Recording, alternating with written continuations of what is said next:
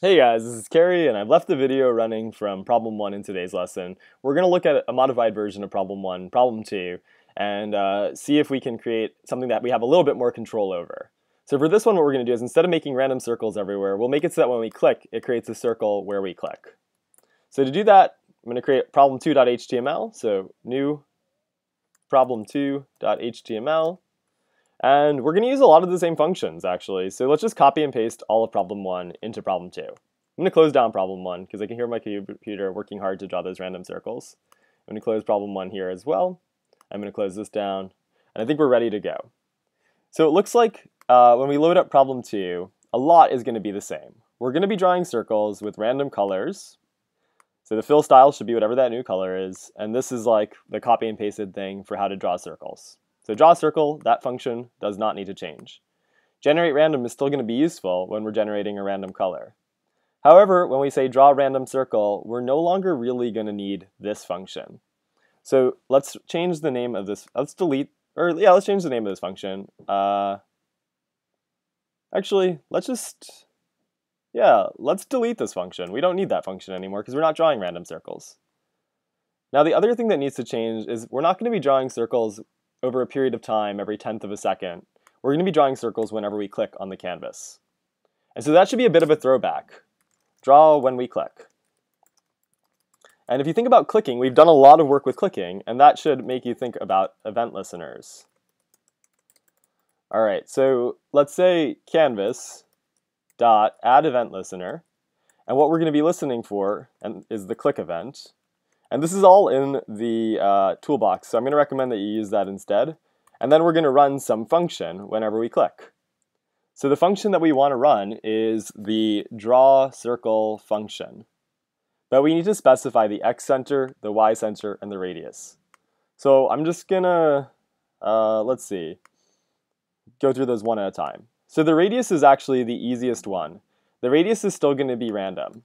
So let's let the radius equal generate random, and that's going to be a random number. I think we said from 10 to 50 last time, and that looked pretty good.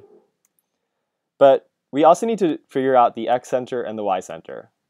So I'm going to control click, open in browser, and then thinking about the x center and the y center. So when you click, we haven't had to do this before, but every time you create an event in JavaScript, clicking, typing on the keyboard, it creates a parameter that you can pass into your function, and that's called the event parameter. So down here, when we click, we want to run the function, but this time we're going to pass in the event itself. So let's start by just logging the event in the console and then seeing what comes up. I'm also going to comment out the draw circle because it's going to create an error for us if we don't. So save it, refresh it, bring up the JavaScript console, and now when we click, it creates a mouse event.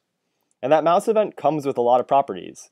It tells us where on the screen we clicked, screen X, screen Y, client X, client Y. It tells us whether we are pressing these buttons. It tells us all this stuff. But what's important for us is the X coordinate relative to the canvas is going to be how offset we were in the X direction and how offset we were in the Y direction.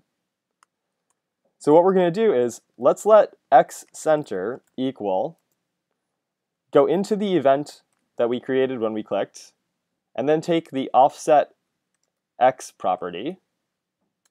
And then the Y center is going to be go into the event that we created when we clicked, and take the offset Y property. And now when we draw a circle, we're going to be using the X center, which is the offset from the click, the Y center, which is the offset in the Y direction from the click, and the radius will still be random. So I think this should work. Let's save this and refresh it. And now every time we click, it creates that event. And in order to choose the center of the circle, it's choosing it from the event object itself by going in and looking and seeing what that offset was. So this is pretty cool. Another interesting variant of this, which I'm not going to teach you how to do, is what if you made it so that when you held down the mouse, it would change the size of the circle? So that could be a fun challenge question for you to think about as you finish up today's lesson.